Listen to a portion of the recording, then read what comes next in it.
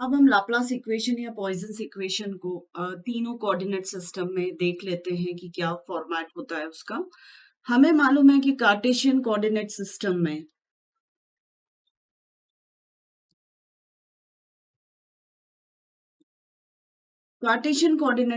में gradient of v, मैं इसे नेगेटिव ग्रेडियंट नहीं बोल रही, सिर्फ ग्रेडियंट ऑफ v बोल रही हूँ, जो कि del v by del x A X plus del V by del Y A Y plus del V by del Z A Z होता है। और साथ में अगर मैं डाइवर्जेंस ऑफ एक वेक्टर कोई ए ले लूं तो उसे मैं रिप्रेजेंट कर सकती हूँ del A x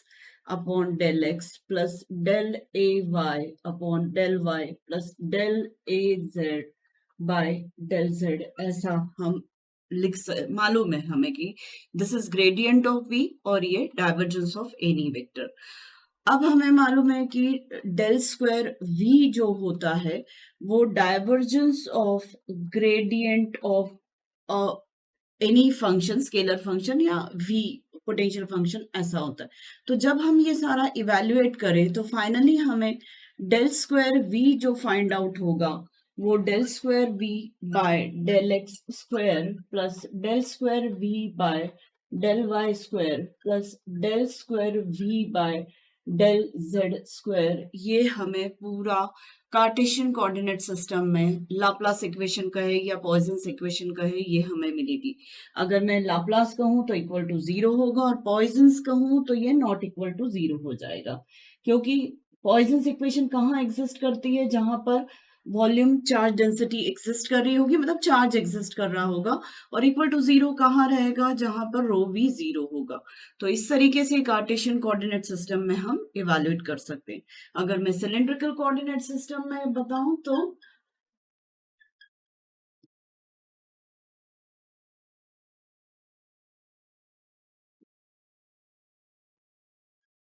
cylindrical coordinate system में यही सारी चीजें अगर मैं फॉलो करती हूँ तो डेल स्क्वायर वी फाइनली जो हमें मिलेगा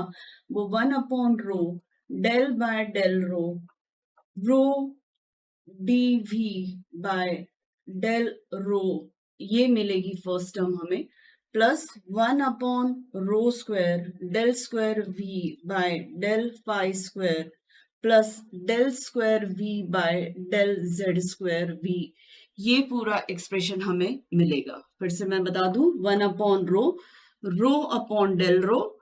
ब्रैकेट में rho del V by del rho plus 1 rho square V upon del phi square plus del square V upon del Z square मिलेगा और इक्वल टू 0। तो Laplace equation not equal to 0 मतलब minus rho V upon epsilon है तो poisons equation. तो ये हमें cylindrical coordinate system में मिलेगा। अब मैं स्फेरिकल कोऑर्डिनेट सिस्टम में डेल वी और डेल डॉट ए के फॉर्मेट में ही बता देती हूँ थोड़ा एक्सपेंशन के साथ। सिलेंड्रिकल में डायरेक्टली बता दिया था। तो in spherical coordinate system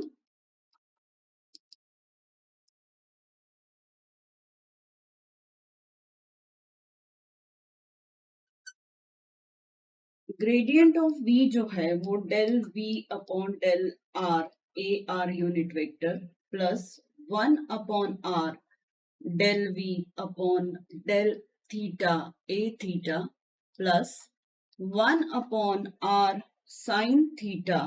del v by del phi A phi, ये पूरा एक्सप्रेशन ग्रेडियंट ऑफ v का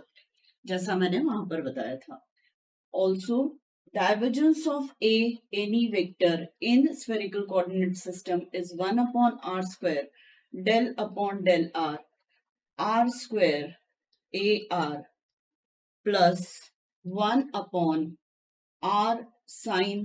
theta del by del theta a theta sin theta plus 1 upon r